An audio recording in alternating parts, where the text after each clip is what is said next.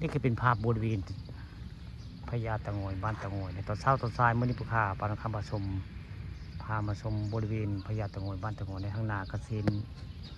พญาตะงอยจะจึกครึ่งอยู่หันหน้าไปทางตะลินออกตอนเช้ามื้อนี้ยังบ่มีนักท่องเที่ยวได้มื้อนี้นักท่องเที่ยวยังบ่มาเลยอยู่บริเวณพญาตะงอยมื้อนี้สายได้ยังบ่มีนักท่องเที่ยวมาเที่ยวปกติก็สิสัตว์นี่มาได้เขาเจ้ามาหลายได้สัตว์นี้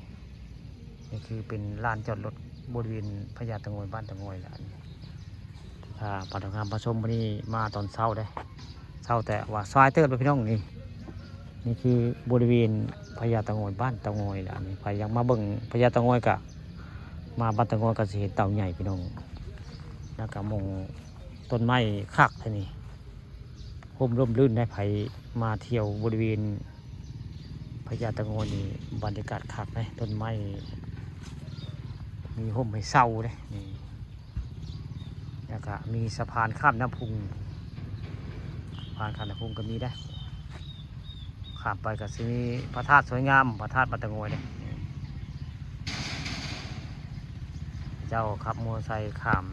น้ำพุงเนี่ยบรรยากาศร่มรื่นพี่น้องนี่ใครอยากมาเที่ยวพญาตะงอยก็มีห่มไม้ให้เศร้าเลยนี่พระเจ้าสั่งเพลงไว้เนาะไทยบ้านตะงอยเรียกว่าที่ท่องเที่ยวบ้านตะงอยแหละนี่ต้นไม้ร่มรื่นนะมาตะงอยก็มีต้นไม้มงเสาคักได้มากินข้าวกินน้ำ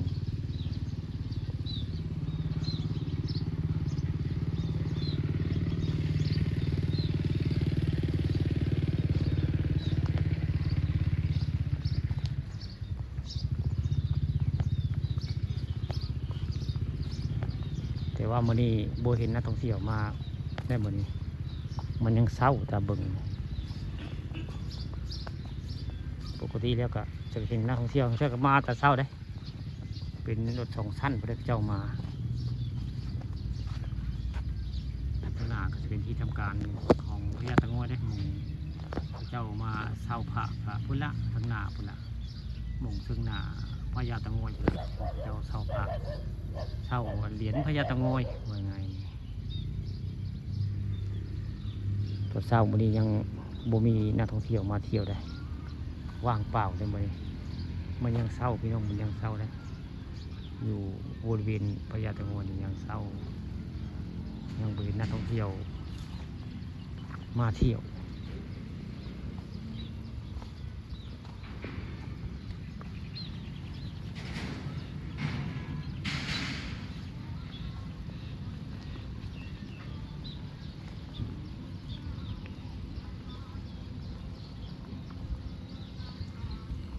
มาอีกแล้วครับนี่คันแรกบ่มาเก่งนี่คันแรกได้